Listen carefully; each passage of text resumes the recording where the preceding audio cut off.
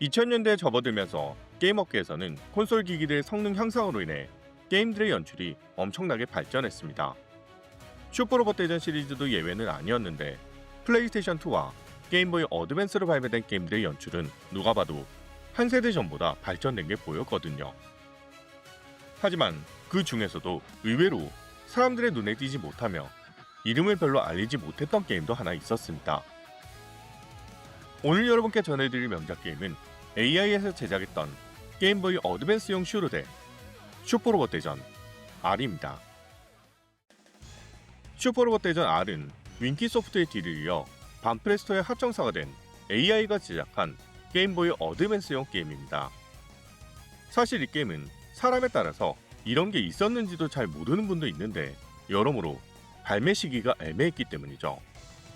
전작인 슈퍼로봇 대전 A는 휴대용 기기로 엄청난 연출과 흥미로운 스토리, 매력적인 캐릭터를 앞세워 이름을 알렸고, 후속작인 슈퍼로봇 대전 D는 전세대의 가정용 콘솔인 슈퍼 패미컴을 뛰어넘는 엄청난 연출로 주목을 받았기 때문입니다.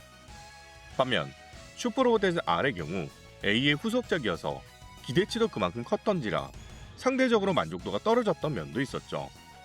그럼에도 불구하고 게임보이 어드밴스로 발매된 슈퍼로봇 대전 중에서 2위인 25만 장을 출하하면서 판매량 자체는 나쁘지 않았습니다. 슈퍼로봇 대전 시리즈가 대대로 전작이 후속작의 판매량에 영향을 준다는 것을 감안한다면 이 슈퍼로봇 대전 R이라는 게임은 전작인 A의 후광을 받아 판매량은 꽤 괜찮았지만 호불호가 좀 갈리는 게임이었다는 말이죠. 덕분에 후속작인 D의 판매량에도 약간 악영향을 주었던 그런 작품이라고 할 수 있습니다. 슈퍼로봇 대전 R의 특이사항을 꼽자면 직전에 발매되었던 슈퍼로봇 대전 알파 외전과 굉장히 비슷한 방식이라는 겁니다. 어느 공격과 방어를 살리는 방식의 플레이가 굉장히 강력하고 이걸 잘 활용하면 게임 진행이 굉장히 쉬운 편이죠. 물론 최근 10년간 등장한 슈로데 시리즈에 비하면 초반이 꽤 어려운 편이지만 당시 기준으로는 엄청나게 쉬운 게임에 속했습니다. 또한 지금은 당연하다고 여겨지는 엔딩 후 여러가지 요소를 승계하여 플레이가 가능한 회차 플레이가 처음 도입된 작품이기도 했죠.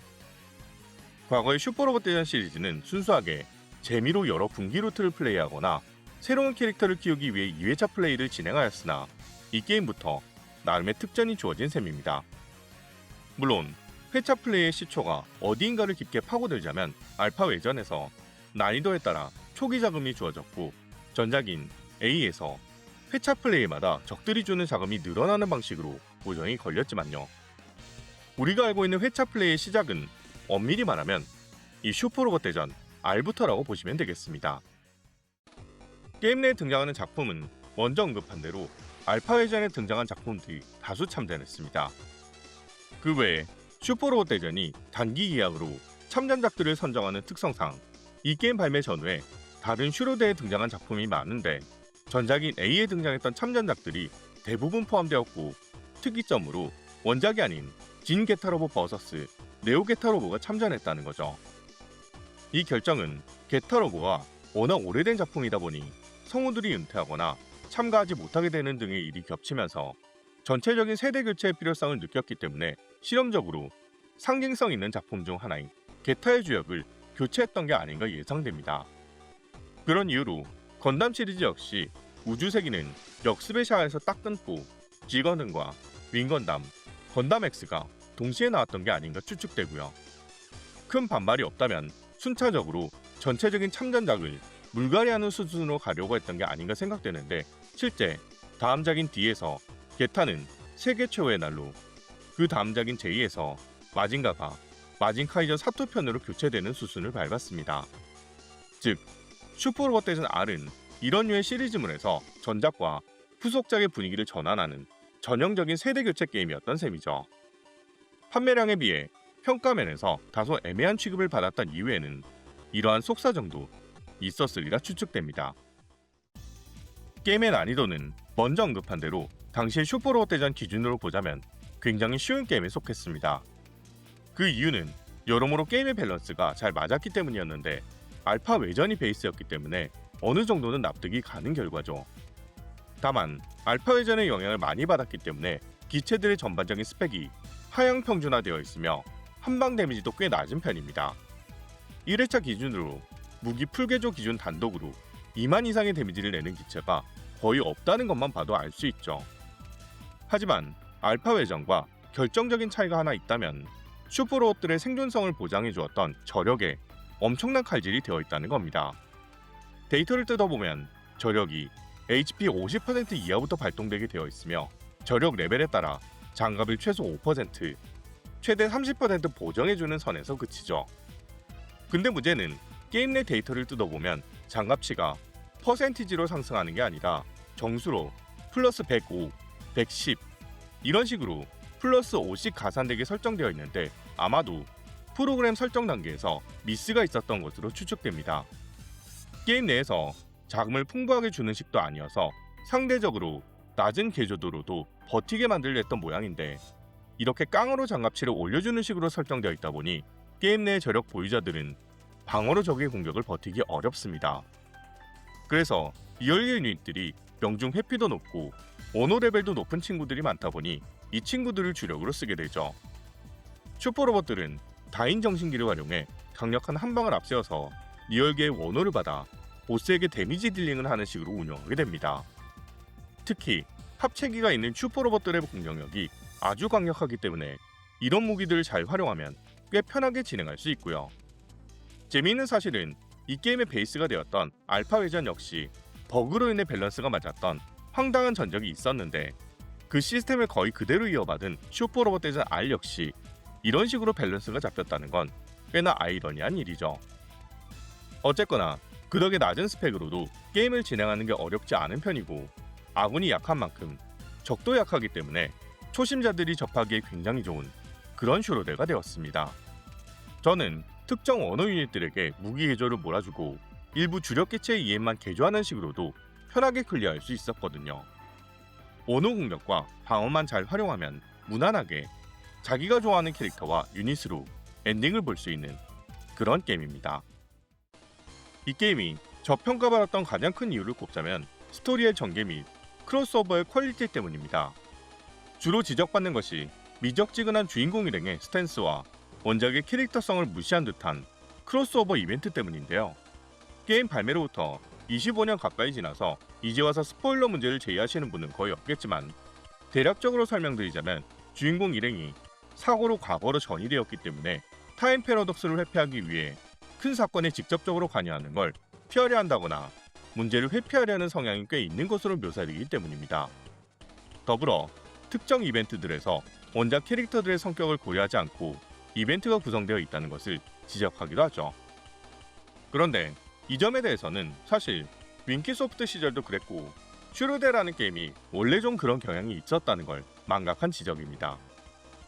기동전사 건담 주머니 속 전쟁의 주인공인 버나드 와이즈먼의 경우 부작 윙키 슈르데에서는 자쿠에 집착하는 오타쿠처럼 계속 묘사했던 적도 있고 다이탄3의 주인공인 파란 만조의 성우가 브라이트와 같다는 것을 활용해서 만조가 브라이트의 대사를 따라하면서 사람들이 웃는 그런 이벤트들도 있었거든요. 게임 내 주인공 일행의 나이가 고작 10대 후반에서 20대 초반이기에 미성숙한 판단을 내리는 것도 개연성이 없는 건 아니죠. 즉, 이 게임의 스토리는 우리가 항상 보는 평균적인 슈로데에서 크게 벗어난다고 보기에는 어렵다고 생각합니다. 슈퍼로봇 대전이라는 게임이 원작 이벤트의 재현을 중시하는 작품도 있고 크로스오버 위주로 진행하는 작품이 있는데 슈퍼로봇 대전 R의 경우 후자에 속하며 시나리오 라이터가 원작에 대한 이해도가 낮았거나 또는 코믹한 전개를 우선시한 결과 게임 내에 구현된 이벤트 중에 호불호가 있는 것들이 있다 정도로 이해하시면 되겠습니다. 그 외에 아쉬운 점이라면 역시 옛날 게임을 이제 와서 하려면 여러모로 불편한 점이 있다는 겁니다. 사실 이 게임의 불편한 점은 그저 옛날 게임이란 점에서 그치는 게 아니라 이 게임의 플랫폼인 게임보이 어드밴스라는 기기의 한계와 게임보이 어드밴스 발매 초기라 스펙을 전부 활용하기 어려웠던 점에 더해 시스템적으로도 전작보다 열화된 점을 느끼게 만드는 게 문제거든요. 특히 게임의 전반적인 연출이나 흐름이 약간 느린 편이라 사람에 따라서 호불호가 꽤 갈리기도 하죠. 또한 처음으로 회차 플레이가 정식 시스템으로 편입된 게임인 만큼 클리어 특전이 굉장히 제한적인데 단순히 플레이어가 개조한 유닛과 무기의 개조치가 전승될 뿐 그것을 돈으로 환산해서 돌려주거나 하지는 않습니다. 그래서 회차 플레이를 편하게 하려면 가급적 시나리오 초반의 아군으로 들어오는 캐릭터 위주로 개조해야 하는 문제점이 있죠. 이런 이유로 등장 시기가 느린 뉴건담이나 사자비 같은 유닛은 사실상 팬이 아니라면 개조 우선순위가 밀리는 경우가 많습니다. 또 한 가지 아쉬운 점은 각 유닛마다 개조 한계치가 정해져 있는데 클리어 후에 이게 일괄적으로 늘어나거나 하지도 않습니다. 그래서 유닛의 강함은 이 게임이 정해놓은 범위에서 벗어날 수가 없으며 이런 이유로 내가 애정하는 유닛과 파일럿을 집중적으로 육성해도 뚜렷한 한계가 있다는 것도 아쉽죠. 물론 클리어 특전으로 적주수 순위 상위권 파일럿의 능력치가 상승한다는 것을 이용하면 어느 정도 상쇄는 되지만 상승하는 수치가 제한적이다 보니 투자하는 시간 대비 효율이 낮다는 점에서 육성의 자유도가 낮다는 것을 체감하게 됩니다. 전체적인 총평을 내려보자면 무난한 수준으로 밸런스가 잡혀있는 평균 이상의 퀄리티를 가진 슈로데라고 할 수 있으나 강제 출격 시나리오가 굉장히 많아서 육성이 그렇게 자유롭지 못하고 시나리오 구성이 사람에 따라 호불호가 강하게 갈리는 그런 게임이라고 할 수 있겠네요. 슈퍼로봇 대전 R이라는 게임은 엄청난 속도로 기술이 발전하던 2000년대 초기에 발매되었으며 발매 시기가 게임보이 어드밴스의 초기였다는 점에 더해 당시 슈로데 시리즈가 거의 1년에 한 번씩 신작이 나오던 때라 여러모로 애매한 포지션에 위치했던 게임이었습니다.